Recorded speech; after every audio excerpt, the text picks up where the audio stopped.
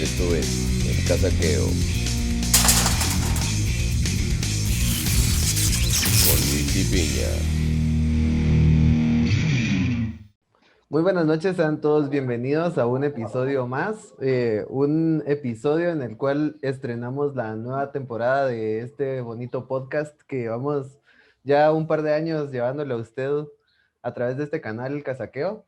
El día de hoy tenemos invitados tal vez un poco peculiares. La verdad es que anoche o ayer durante el día estuve pensando en qué podemos hacer temático para la fiesta de Halloween. Y hace algunas semanas tuve al señor Pablo Rangel de invitado en el canal y él casualmente tiene un proyecto con su amigo el señor Carlos Ventura y esta noche me acompañan aquí en el podcast del Casaqueo el proyecto llamado Bautizado de las tinieblas a la neblina. ¿Cómo están? Buenas noches. Buenas noches, Luis, mucho gusto. ¿Cómo está Carlos? Buenas noches, gracias por la invitación. Bueno, en primer lugar, me gustaría, pues sí he escuchado sus relatos y tal vez no vamos a hacer una entrevista biográfica de ustedes, porque no creo que sea el lío del 31 de octubre la vida de alguno de ustedes, pero vamos a hablar un poquito de su proyecto posteriormente. Primero, cuéntenos, eh, ¿qué hacen ustedes? ¿Qué hace Carlos Ventura? ¿Qué hace Pablo Rangel en su día a día? ¿Y cómo terminan escribiendo relatos de miedo? Bueno, tal vez sería bueno que empezar por Pablo, que fue el de la idea inicial, ¿verdad? Bueno, en realidad lo que yo hago, digamos, para ganarme la vida y en mi cotidianidad es dar clases en la universidad y ¿En qué investigación universidad? social. En AUSAC, en la Escuela de Ciencia Política. De hecho, esa es la manera en que me gano la vida, digamos, con toda la parte del trabajo en lo académico. Pero esto de los relatos, hacía tiempo lo teníamos ya con Carlos pensado, porque teníamos la idea de hacer un grupo de leyendas o de escribir algo, porque Carlos también pues escribe y narra, ¿verdad? Le gusta mucho la parte de todo lo narrativo y de la tradición oral. De hecho, Carlos le da voz a los relatos Así es. en las historias que ustedes publican. Sí, es la parte de la narración, digamos, es la voz del programa. Y hace algunos años, creo que fue en el 2016, ¿verdad, Carlos? Que nos juntamos por primera vez para hacer esto. Ya habíamos platicado mucho antes, pero para un Halloween recordamos que decíamos, bueno, vamos a meterle la parte de la tradición escrita. Entonces nos reunimos y fuimos a escribir. La idea era hacer como un taller literario donde se reunieran las personas que escribían sobre relatos de terror de Guatemala en el atrio de la iglesia de la Recolección. Recuerdo En, que esa noche pues llegamos y pues solo llegó un amigo, ¿verdad? Y nosotros estábamos ahí leyendo los relatos, pero en eso Carlos me comentó y me dice, fíjate que ahora en Facebook se puede hacer transmisiones en vivo. Entonces, y probamos, ¿no? Solo probamos, transmitimos uno de los relatos y lo que estábamos leyendo, y cuando vimos el relato este, tuvo 1000 reproducciones, o sea, 1000 personas estaban viendo lo que nosotros estábamos hablando ahí en la recolección. Entonces ahí fue cuando ya empezamos a descubrir que eso tenía potencial como digamos, una transmisión de un programa en vivo sobre relatos. Y pues de ahí fuimos al Paraninfo, entramos en el Paraninfo, hicimos el recorrido de leyendas de esa noche y lo transmitimos y también la gente lo estaba viendo y les interesaba mucho. Y después ya vino la idea que como teníamos casi media centena de relatos escritos desde hacía algunos años, porque habíamos estado tratando de publicar si era un libro o algún documento con relatos de miedo. ya escritos entre ustedes dos. Sí, yo recuerdo para el 2014, para todo el mes de diciembre de 2014, y me propuse escribir un relato por noche durante diciembre, y entonces salieron ahí 25 relatos. ¿Y ustedes dónde se conocieron? Por varias circunstancias, ¿verdad, Carlos? Carlos es familiar de un buen amigo mío y por todo esto de las ciencias sociales y del trabajo visual, Carlos trabaja la parte de la comunicación de instituciones sociales. Entonces ahí fue donde nos conocimos y conversamos, ¿verdad, Carlos? Y compartimos proyectos. Ah, ya. Claro, claro, y precisamente como van ligados algunos, hay intereses similares, ¿verdad? Eh, y además esto de los relatos, pues una modalidad que le gustó mucho a la gente fue precisamente los recorridos por carro, ¿verdad? Que mientras van narrando los Ah, cuentos van... vi un par. A una Y casa en la 11 Avenida de Ciudad Real fueron. de Ciudad Nueva, ajá, Eso. ajá, Sí, sí, sí sí. los vi. Sí, sí. Y así, eso le gusta mucho a la gente y precisamente esto del recorrido en el carro fue algo fortuito porque por la situación en Guatemala es un poco complicado por el tema de seguridad, ¿verdad? Entonces nosotros estamos con teléfonos y toda la cuestión así, entonces precisamente el día del tema del Paraninfo iban a robarle el carro a Pablo, ¿verdad? Cabal. Así. Entonces fue que decidimos mejor hacerlo adentro del carro para más seguridad y grabar el recorrido y sorprendentemente eso le gustó mucho a la gente y de hecho hay mucha gente que vive en Estados Unidos que eso les recuerda, que tal vez no han visto más que todo cómo es Guatemala, pero a través de ya imágenes rebuscadas, ¿verdad? Entonces Ujú. nosotros salimos a cómo es todo, la ciudad de noche y solitaria.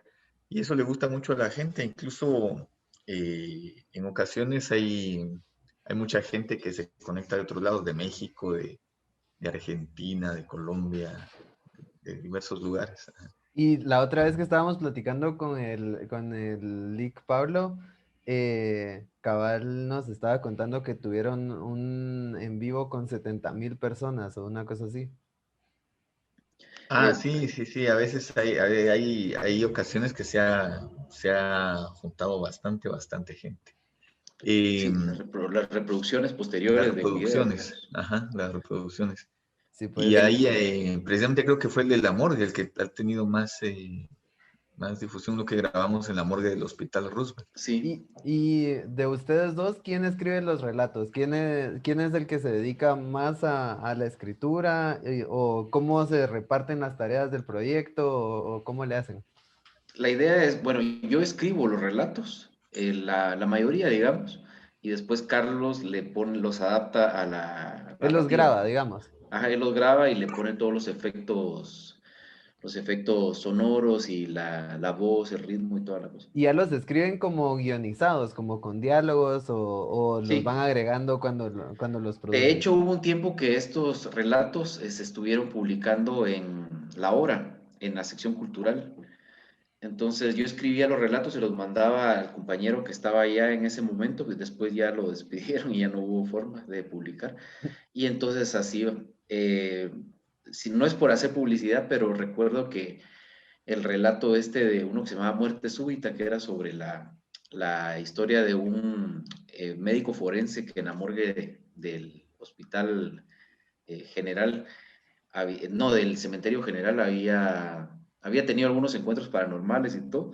Esta relato fue compartido, no sé si fue 40,000 veces en el periódico La Hora. Entonces fue un hit, ¿verdad? Esas narraciones y esas cosas, porque nos fuimos a dar cuenta que en Guatemala hay mucha carencia de eso, de esas narrativas de miedo, de terror, y cuando son así, pasan muchas cosas. Hay algo que, una de las razones por las que hacemos los recorridos en vehículo es porque también cuando empezamos a buscar lugares para poder ir a transmitir, le decíamos a las personas, ¿será que podemos transmitir en tu casa o en tu negocio o algo? Primero, las personas quieren salir de pobres con esto. Entonces dicen, bueno, yo les cobro a ustedes no sé cuántos miles solo porque... Ajá, ajá. Bueno, cuando Entonces, yo no, recibo el cheque de los ingresos del video, se los paso. sí, esa era una. Y la otra era que hay personas que sí son supersticiosas y creen que tener este tipo de actividades les va a traer maldiciones o algún tipo de espantos o cosas. Porque hay personas que a veces escriben a la página o a los relatos diciendo que están viendo espantos a partir de escuchar los relatos o que les están pasando cosas paranormales. Pero eso ya es cuestión de ellos, pues, o sea, es de su inconsciente y cómo funcionan sus creencias. Y para remarcar en eso y cómo en Guatemala somos un país sumamente conservador y supersticioso en esos términos, solo le quiero contar que cuando hicimos algunas de las distribuciones de los relatos, los lugares donde los veían más no era precisamente en Guatemala, sino que era en México, Nicaragua y Colombia. ¿Verdad? Entonces había un público que le gustaba muchísimo todos los relatos en esos países. En cambio, los países donde los veían menos eran los países más conservadores, por ejemplo, Bolivia, Ecuador, Guatemala, ¿verdad? Que son como países más cerrados, con una cultura más, ¿qué será? De cristiana, ¿no? Sí, puede ser. Miren, En cambio, en México la gente muy feliz, ¿verdad? Escuchando todo. bueno, justo le dio a un punto que me gustaría tocar. Como usted dice, hay gobiernos o países con ideas más conservadoras, por lo mismo de que el cristianismo puede estar muy arraigado en las diferentes regiones, incluso geográficamente se podría dividir tal vez, ¿verdad? Eh, pero, ¿qué tanto va ligado como lo paranormal con la espiritualidad humana? O sea, ¿qué tanto creen que influya que una persona sea cristiana o creyente en algo para creer o no en algo paranormal, como creer en espíritus, etcétera? O sea, si alguien es ateo, tendría un poco de, bueno, tendría muy poco sentido que creyera que no existe Dios, pero sí puede venir un espíritu malo a jalarme los pies en la noche, ¿va? No sé cómo lo ven ustedes.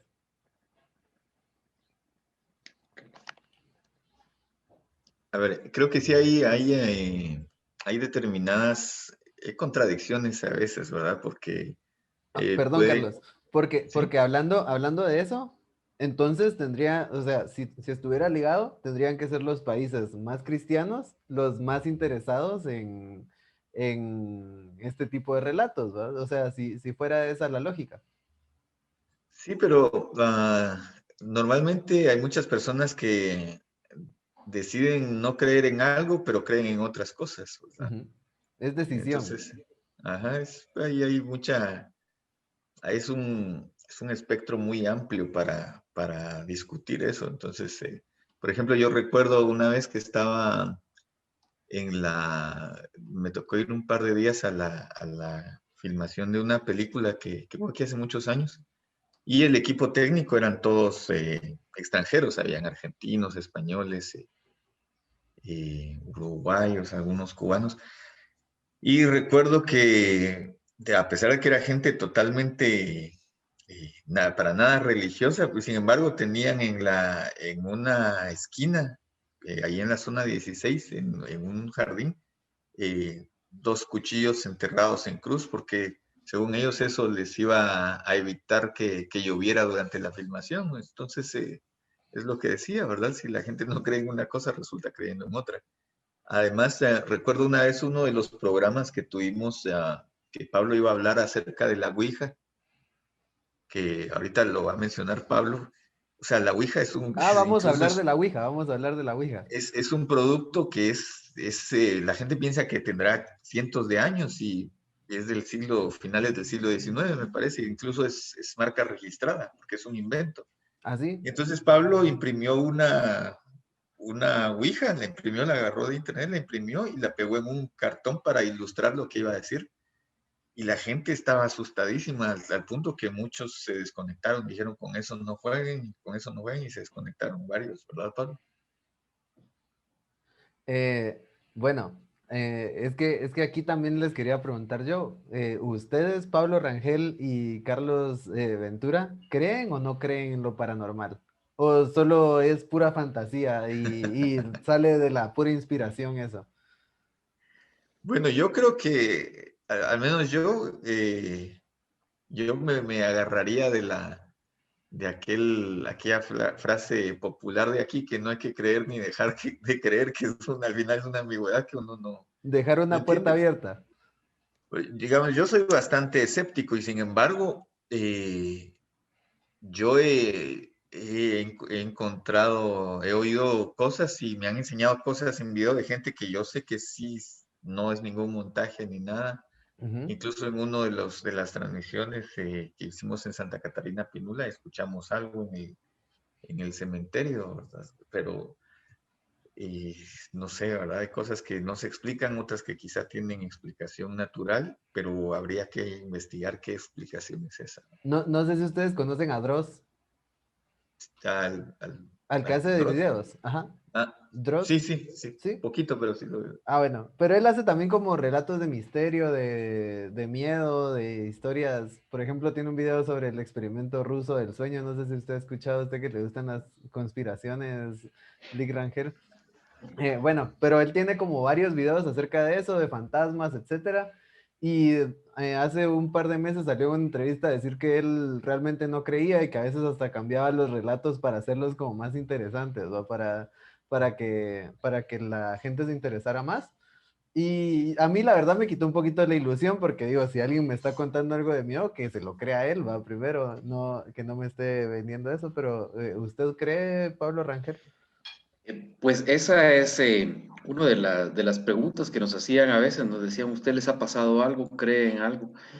Y si tienen Y experiencias, dejémoslas para la parte final. sí, digamos, nos preguntaban eso. Entonces uno dice, bueno, le voy a ser honesto y lo que yo sí creo, y es que hay cosas, por ejemplo, que son inexplicables en términos de la capacidad humana, mental, de creación de situaciones o escenarios o de predicción, incluso a veces intuiciones de cosas que son inexplicables. Por ejemplo, a veces suceden cosas, hay personas que tienen algunas visiones adelantadas de lo que está pasando o que puede pasar. Entonces, en eso sí creo, ¿verdad? Porque hay, digamos, toda una parte que todavía no ha sido descubierta de nuestra mentalidad, de nuestro cerebro, de nuestra capacidad, que creo que da lugar a muchas cosas inexplicables. Ahora, lo de las apariciones y de espectros y cosas así, yo creería a veces que es posible que aparezca una energía o que aparezca algo que quizá no tiene que estar en el lugar. Las explicaciones a veces no son, todavía no están disponibles, digamos, porque si pudiéramos medir campos electromagnéticos o quizá fluctuaciones de las corrientes o las aguas subterráneas o cosas así, encontraríamos las explicaciones, pero todavía no están disponibles. Por eso es que se pasan, digamos, al reino de lo paranormal. Ahora, yo tenía un amigo que me decía, a mí siempre me espantan. Y era una persona que incluso estábamos en la universidad y ya estábamos estudiando juntos para la licenciatura y terminando. Es decir, que no era nadie que fuera, que no tuviera los recursos, digamos, para ser alguien letrado. O sea, no era alguien que por ignorancia creyera en esas cosas, sino que era porque él me decía, fíjate que a mí sí me espanta. Ujú. Pero él estaba consciente que le espantaban precisamente a él. Entonces, a donde iba decía, me aparece tal y tal cosa. Un amigo de medicina le dijo, fíjate que te deberías de hacer revisar porque eso en términos médicos es esquizofrenia. Dice, porque a nadie le pasa, Ya estaba paranoico. entonces a nadie le pasa eso. Entonces el otro le dijo, mira, yo no creo, yo estoy bien, digamos, en mi mentalidad y todo, pero estas cosas me pasan. Y en realidad lo que le pasaba era que le aparecía siempre alguna persona o se le manifestaba alguna ente precisamente a él. A lo que yo concluía era que tenía una mente tan fuerte que era capaz de crearle esas realidades casi que holográficas y que las veía como un espanto. Y las personas que estaban cerca de él también sentían ese ambiente, porque él creaba mentalmente eso. Entonces, lo que yo sí creo es que la mente humana es poderosa, es capaz de crear muchas cosas y como no se pueden explicar, entonces se le da el sentido de las leyendas y de las tradiciones. Pero ahora digamos que a una persona que nunca le ha pasado nada y que no tiene ningún tipo de esas capacidades, de repente le vaya a aparecer un muerto o el espanto de tal o tal, es muy poco probable, pero Hay cosas inexplicables también, ¿no? Que no se sabe a veces. Por eso, cuando me dicen, ¿usted cree en eso o no cree en eso? Yo sería un poco también irresponsable de decir no creo en nada, porque Puede también pasar. hay situaciones que pasan y que uno dice, ¿y esto qué fue? Tal vez uno no cree y hoy le llegan a tocar las manos en la noche. Sí, o cosas así, o por ejemplo, a veces también la parálisis del sueño, Mm, o gente que dice, fíjate que, no sé, en tal casa pasan cosas, suceden cosas, y uno va a ver y de hecho suceden cosas. Por ejemplo, lo que pasaba en una casa que había combustión espontánea, la casa se estaba quemando, ¿verdad, Carlos? Y no había nada ni siquiera gases ni nada cerca, y la casa se estaba quemando. Entonces son cosas que todavía no podemos explicar. Y eso salió en los diarios, ¿no? En la zona 5 prendió fuego como 3 veces la casa, así de la nada. sin Así fugas es, de gas, sin nada sospechoso. Solo prendió fuego. así es. Sí, hay muchos casos. Así ese de Ciudad Nueva, eso fue en el periódico, pero creo que fue en los 70, ¿verdad, Pablo? Sí, Y sí. la Pues yo, policía incluso lo reportó, llamaron a la policía y los policías asustados y toda la situación ahí. pues yo no sé qué crean ustedes, pero ayer justamente estaba viendo un video, una entrevista, y decían que estas cosas paranormales muchas veces nos pasan a nosotros en el momento en el que estamos como medio dormidos, que la conciencia está como no muy bien. Entonces, que muchas de las explicaciones pueden venir por ahí, por el lado de los sueños. Hay algo que son los psicólogos y neurocirujanos lo explican, que son las fases del sueño, ¿no? Entonces, cabal, digamos, la química cerebral se altera en esos momentos. Entonces, hay una fase delta, una fase teta, una fase, digamos, sueño profundo, sueño intermitente. Y lo que sucede a veces, por ejemplo, hay algunas fases del sueño en ese ensoñamiento, que es cuando todavía uno no está completamente dormido, sino que ya se está empezando a abrir esa ventana, digamos, del inconsciente, donde empiezan a aflorar los sueños y todas esas realidades, digamos, que tenemos desorganizadas en la cabeza. Antes que eso empiece a pasar, el cuerpo humano es muy sensible. Por eso a veces uno es capaz de detectar, por ejemplo, que dice ahorita me van a llamar, porque uno es capaz de detectar la onda del celular antes de que suene el teléfono, porque hay un sonido muy sutil que en el ruido de la vida, digamos, uno no es capaz de percibir, pero estando en ese estado de ensoñación, el cuerpo es muy sensible. Yo no sé si les ha pasado a ustedes que a veces uno está durmiendo y de repente dice, fíjense que yo oigo que alguien ronca, y cuando uno se va a dar cuenta es uno el que está roncando, ¿no? Ah, no, O no me ha cuando pasado. uno Bueno, tal dice, vez usted porque ronca.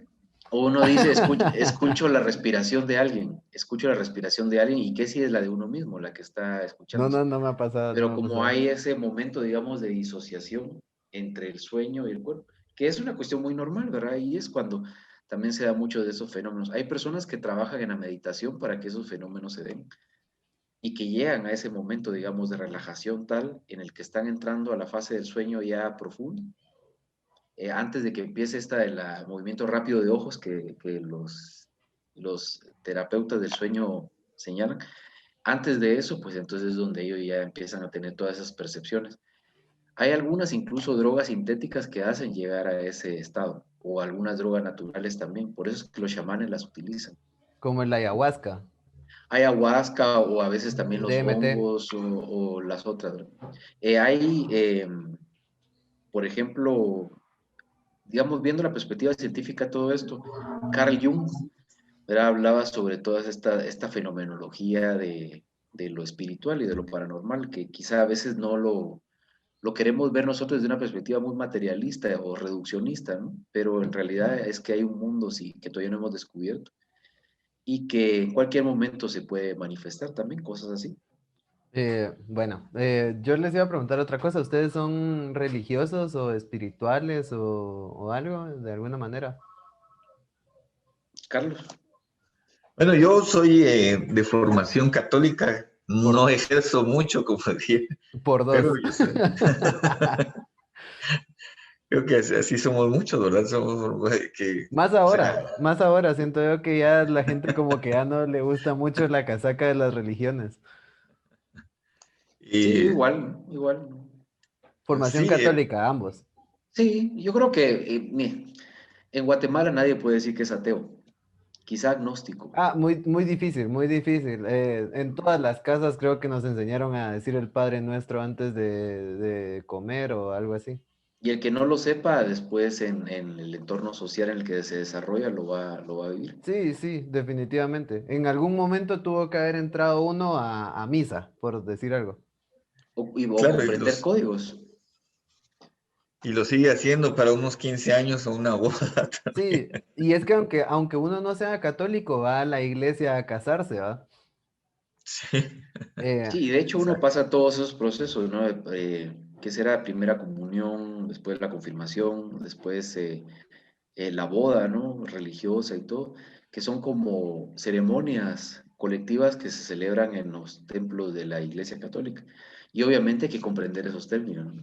bueno, yo me considero alguien poco religioso, pero sí creo que soy muy espiritual. O sea, yo sí creo en que la energía se transforma, en que después de aquí pasamos a otro plano, no necesariamente al cielo o algo por el estilo, pero sí creo, alguien dijo alguna vez que la energía no muere, sino que solo se transforma, ¿verdad? Y si somos de alguna manera energía, no puede ser que ahorita tengamos la conciencia como tan presente y de repente nos morimos y ya no, y ya desaparecemos. Entonces yo sí creo que tal vez al margen de espantar gente y de jalar patas, que no creo que todos lo vayamos a hacer cuando muramos, o por lo menos yo no esperaría a dedicarme a eso por el resto de la eternidad, pero eh, ¿ustedes creen que hay manera de que el espíritu o la energía que nos comprende permanezca y se haga, que hayan varias dimensiones, vaya, o algo por el estilo? O sea, tal vez no nos quedamos a espantar, pero que sí nos quedamos en alguna parte de Letos. Yo creo que sí, especialmente las personas cuya vida resulta cortada de forma abrupta, ¿verdad? Tiene mucha energía todavía una persona y suceden cosas, ¿verdad? Por ejemplo, un guardia privado que murió en un asalto o algo así y resulta que todavía como que esa energía quizá queda impregnada por el lugar porque incluso se han visto videos, ¿verdad? Aquí mismo un amigo que trabajaba en seguridad, él era el encargado de monitorear las cámaras en unas sofibodegas que estaban en la Aguilar Batres. Todos vieron el policía con su escopeta como que hubiera bajado así del techo y como que estaba así, y lo vieron muchas personas, ¿verdad? Y quedó grabado eso. Entonces, es posible, es bastante posible. Creo que va a terminar la sesión.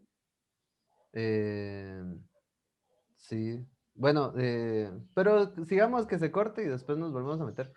Em, En esa parte Ujú. de los espantos de la vida y la muerte, desde niño, aparte de lo católico, digamos, mi familia estaba involucrada en cuestiones de esto del gnosticismo y los rosacruces y cosas de estas. Entonces, habían varias explicaciones para eso. Y una que daban que al final, pues mentalmente, digamos, intelectualmente la paré creyendo, es esta situación de la dispersión del ego. Es decir, cuando alguien se muere, lo que se acaba es la personalidad, es decir, a quien conocemos, a sus anhelos, sus frustraciones, su vida, su memoria.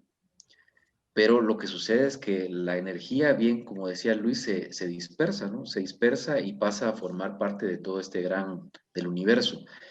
Pero eso que incluye una disolución de la personalidad. Pero, como bien dice Carlos, hay también algunas personalidades o energías que están reunidas y que están sintetizadas en un ser humano, una persona, durante muchos años y que al final niegan a desmovilizarse, se niegan a desmovilizarse. Y esas energías residuales son las que muchas personas perciben. A mí me pasó una vez que estábamos en la universidad, teníamos un grupo de teatro con los compañeros de teatro popular, pero recién entrando y con las ganas de ir a transformar el mundo. Hicimos un grupito de teatro popular y había una escena donde fingíamos ser militares, ¿verdad? Entonces teníamos que conseguir algunos uniformes para para poder ir a hacer la actuación.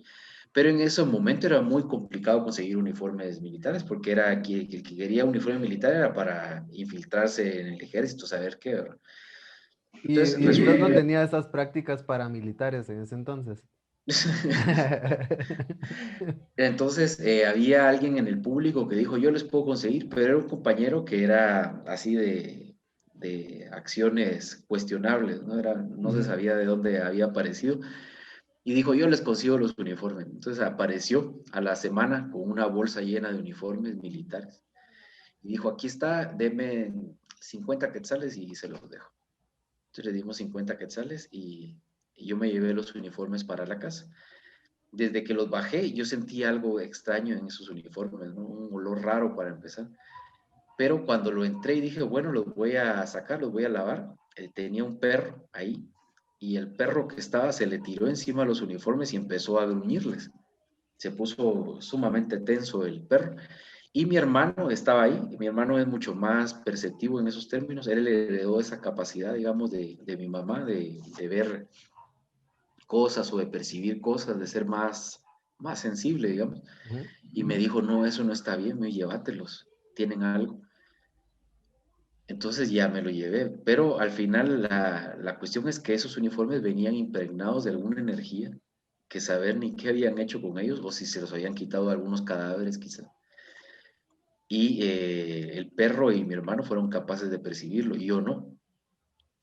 ¿Verdad? O sea, era una energía fuerte. Y es porque seguramente, como contaba Carlos, ¿verdad? Al momento de partir, se impregna toda esa energía electromagnética que las personas tenemos en nuestro humor, en nuestra vida, porque todo es impulso eléctrico en esta vida, ¿no? Entonces, al final esos impulsos se quedan impregnados en las fibras de la tela y dan ese tipo de fenómenos o percepciones. O sea, es una cuestión bastante física, de física que sería cuántica en estos términos, ¿no? Porque es una física diminuta, pero es perceptible por las personas que son muy sensibles para ese tipo de fenómenos.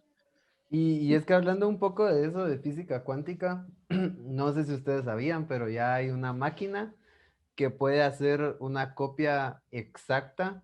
Bueno, tal vez, o sea, una copia realmente exacta dicen que es imposible hacerla, pero ustedes pueden mandar una configuración atómica, por decirlo así, y entonces si hay dos máquinas, supónganse, una aquí y una en la luna, y yo agarro esta taza que ustedes pueden adquirir en el casaqueo.shop ah, para, y la pongo en la máquina, entonces esta taza se va a deshacer, la va a romper en átomos la máquina y va a agarrar la misma cantidad de átomos en el otro lado y los va a acomodar de tal manera en el que esta taza que usted puede adquirir en el casaqueo.shop se vuelva a configurar, se vuelva a armar en, en el otro lado donde está la máquina. No se puede hacer una copia exacta porque obviamente no son los mismos átomos los que van a estar formándola, pero sí es posible. Pero es lo que decía el Lick Rangel. No se va a ir la conciencia. Si uno rompe un humano, no se va a ir la conciencia. Se va a crear un pedazo de materia igual, pero no se van a ir todos nuestros conocimientos, toda la conciencia, la memoria, los recuerdos, etcétera. Eso no se puede transportar. Entonces, si lo vemos desde el punto de lado estrictamente científico, ustedes son energía y cuando se mueran van a seguir aquí en el mundo atormentando almas. Me parece interesante que ustedes tienen como un estilo bien marcado de narrativa, o sea, todas las historias están como ambientadas aquí en Guatemala para que la gente como que tenga un poquito más de identidad tal vez con el tipo de historias que hacen. En primer lugar, les quería preguntar, ¿ustedes toman inspiración de alguna de las leyendas de Guatemala en quién se basan o el estilo literario que tienen sus relatos, en qué están basados?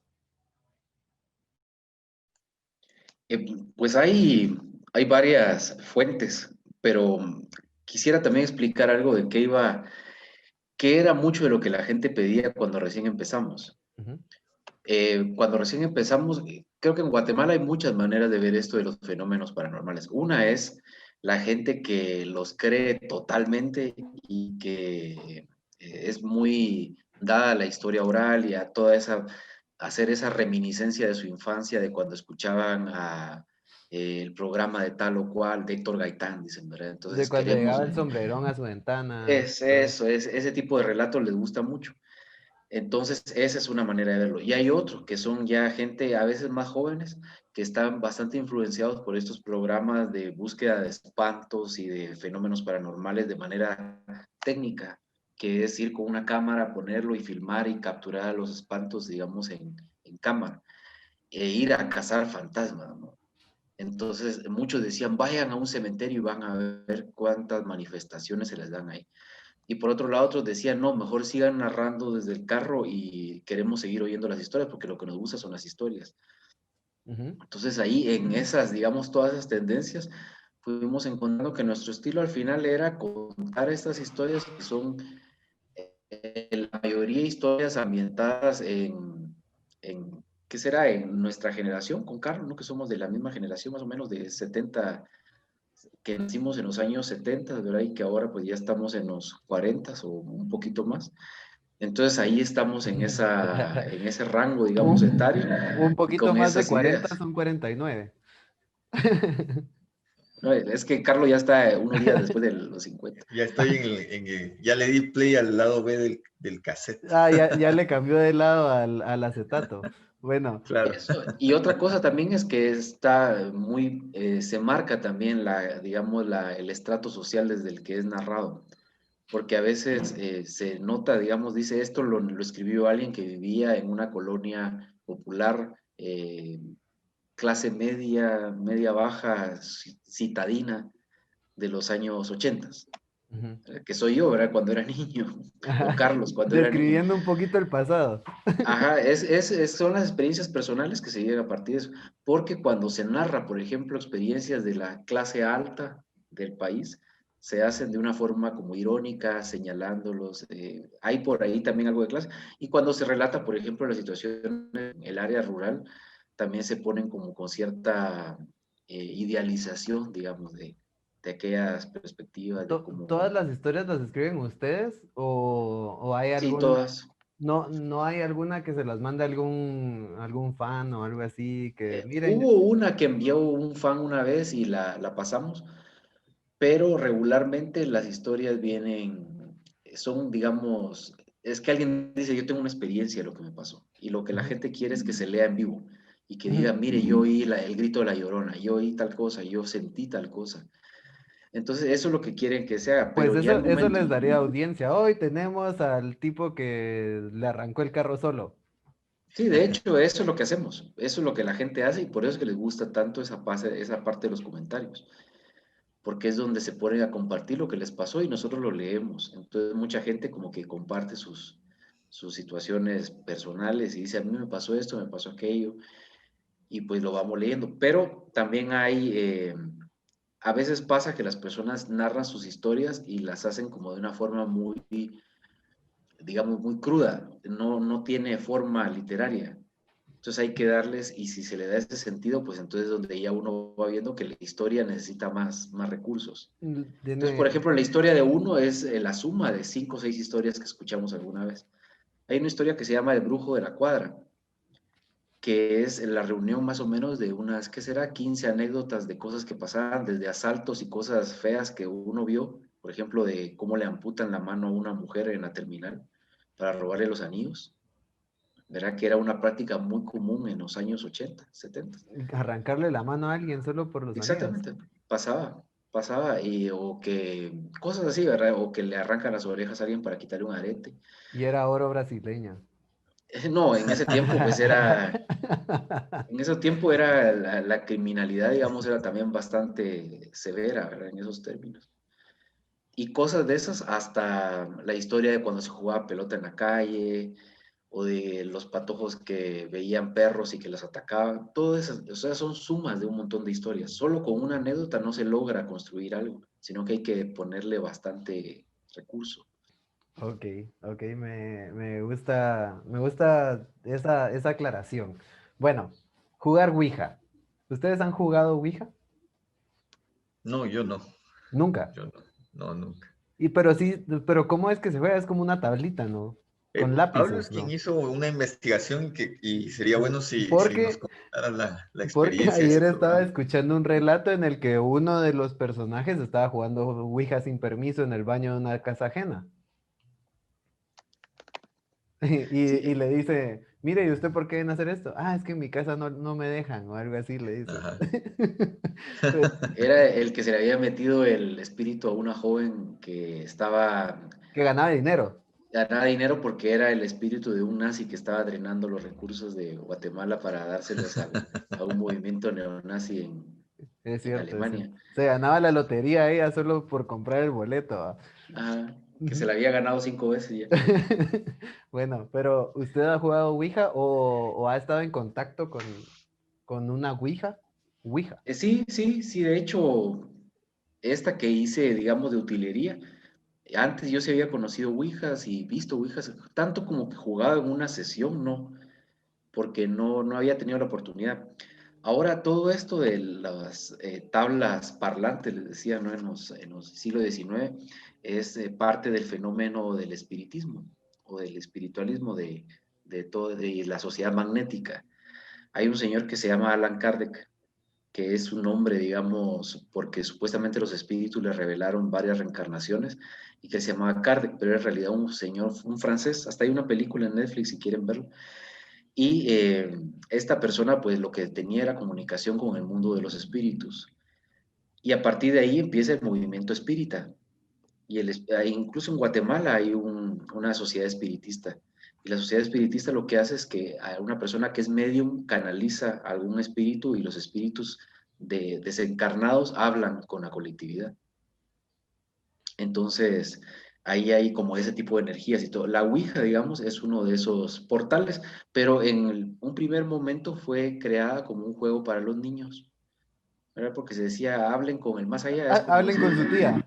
sí, es como Ahí porque platiquen con su prima.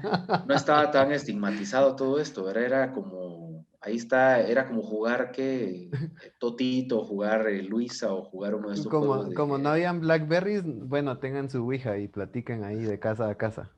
De hecho, esta está patentada y los lugares donde vendían las Ouijas eran en las jugueterías, porque era un juego de niños. Pero después la cinematografía y toda la cultura más conservadora y también temerosa de todo esto de los espíritus le puso, la estigmatizó.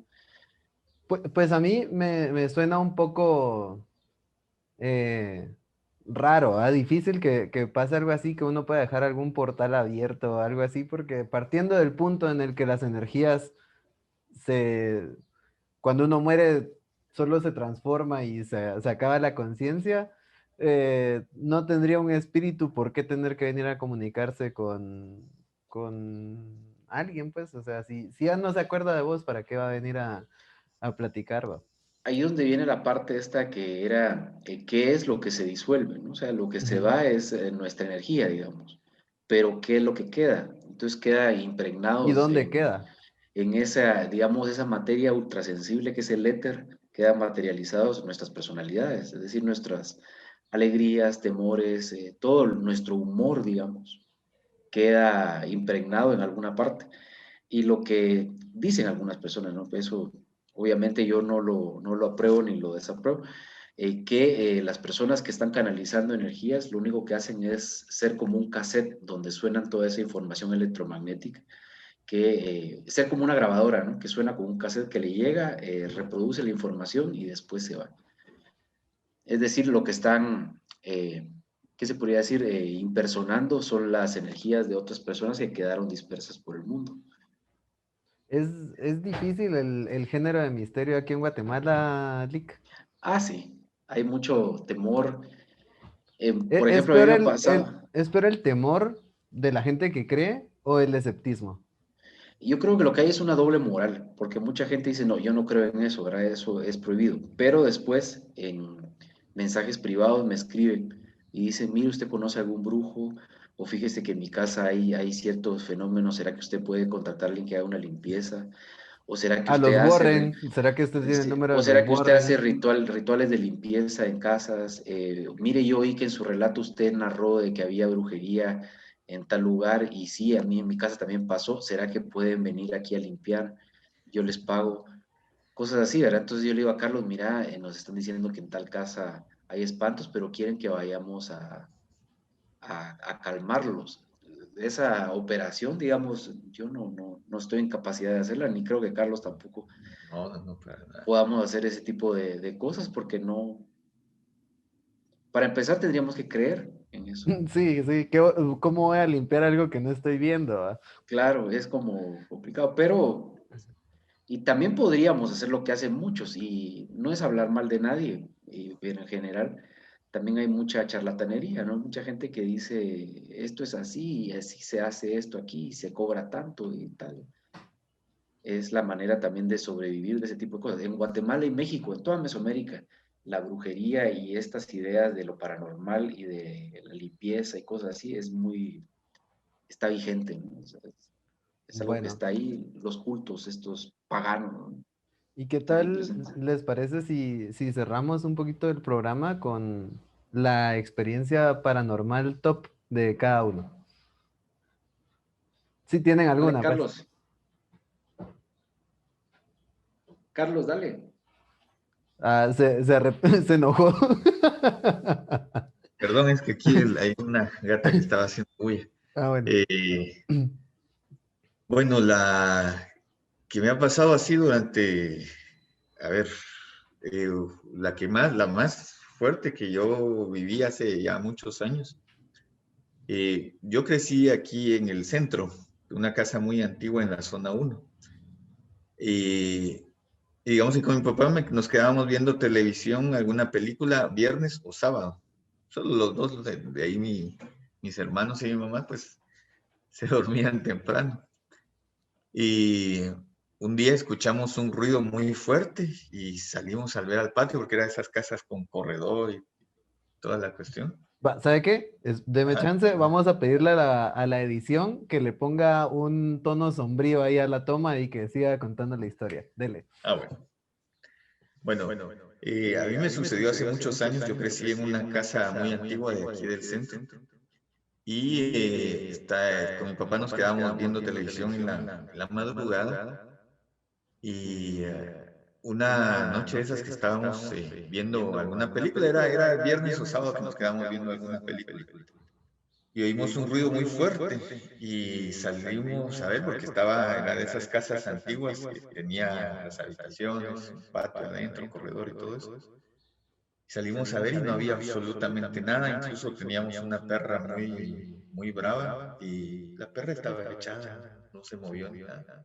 Seguimos viendo, al rato mi papá dijo voy a ir al baño y cuando fue al baño me llamó, venía a verme y había una repisa que estaba en el baño, que estaba con unos clavos grandísimos, que es de esos que no se mueven para nada Ujú.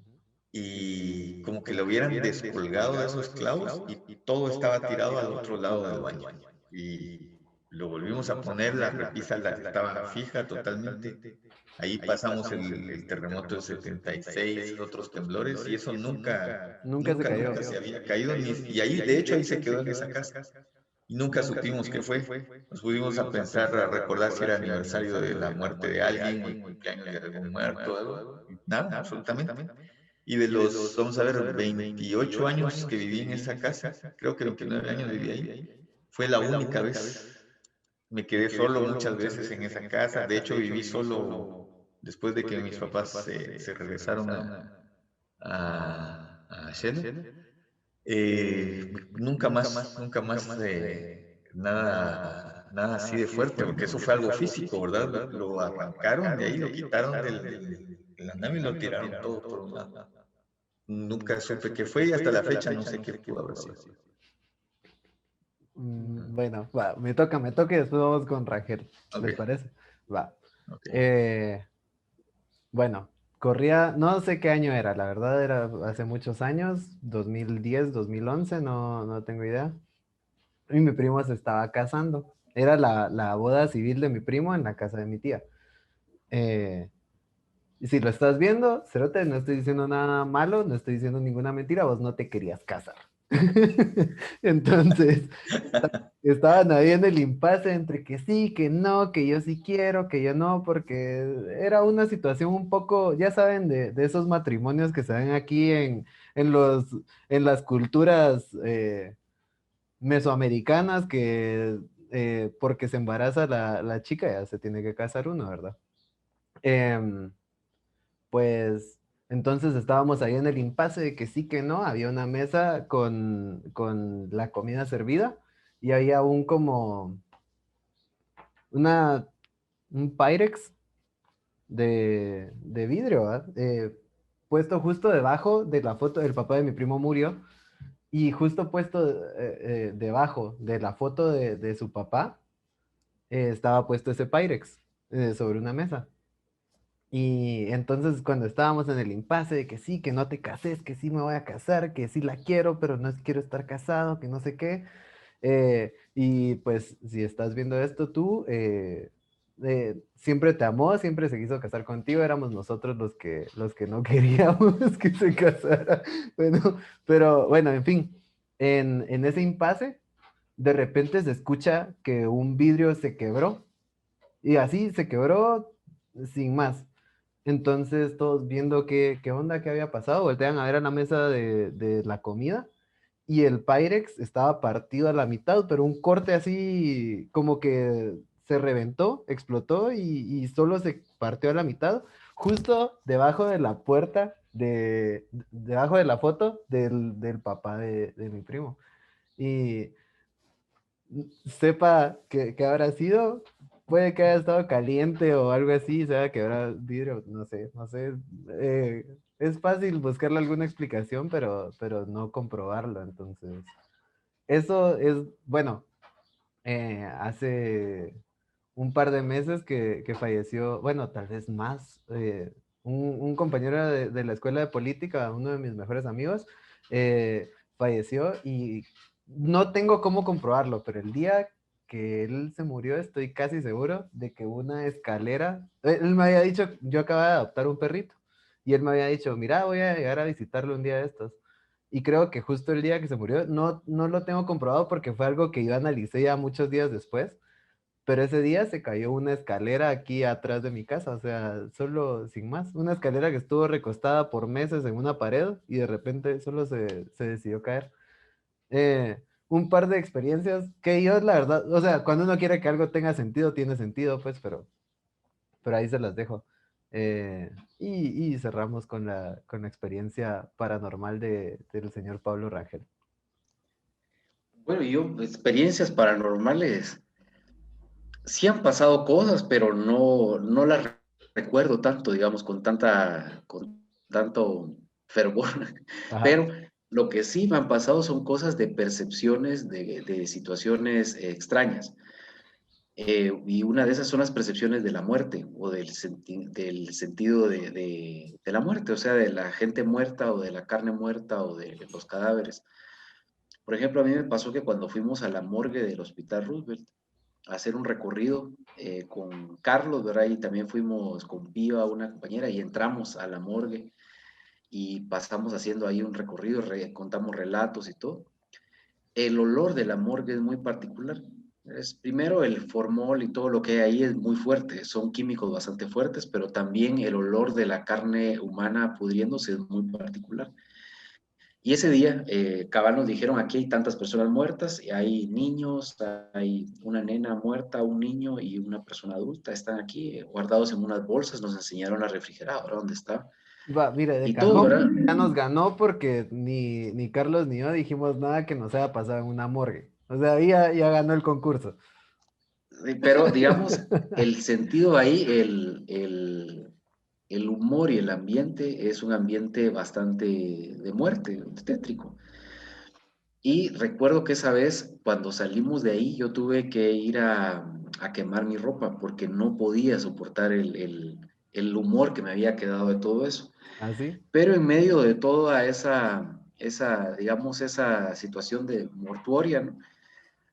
algo también me decía en la mente que todavía no me tocaba, o sea, que no era momento de estar ahí, ¿verdad? Pero yo sí ya lo tenía muy pensado en ese, porque los olores muy particulares de la muerte, a mí en lo personal me los identifico muy bien.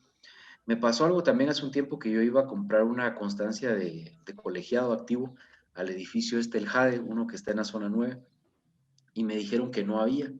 Entonces me fui caminando hacia otra sede del Colegio de Abogados y Notarios que está del otro lado de la Reforma, de la Montúfar. Iba caminando cuando de repente me vino también a la mente ideas de muerte. Decían, bueno, la muerte, el dolor, y empecé a sentir ese sentimiento como a tierra, a entierro, a funeral.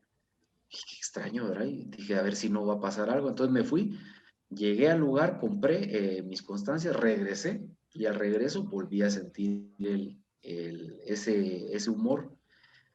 Qué extraño. ¿Y qué si me metí por otra calle? Y resulta que en esas calles está el estacionamiento de la funeraria que está ahí, de una de las funerarias, y las personas que lavaban sus carros, las carrozas fúnebres, donde llevaban también a los cadáveres después de sacarlos del INASIF, estaban lavando la parte de atrás de los carros y un chorrito de agua con todo ¿qué será? El, el humor de los cadáveres salía de ese lugar y se iba hacia la reposadera de la calle.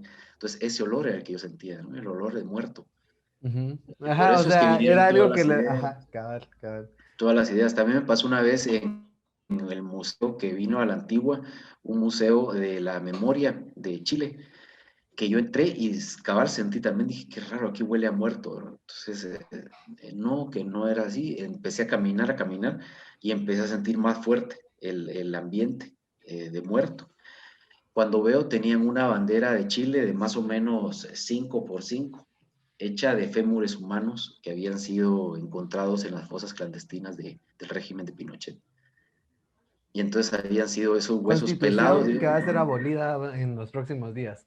Sí, pero digamos, ese sentimiento de la muerte es el que está ahí, ese olor a la muerte está ahí y creo que todos los humanos lo percibimos y cuando lo percibimos sentimos cosas que a veces son inexplicables, pero no las podemos relatar porque no nos damos cuenta que vienen de ahí.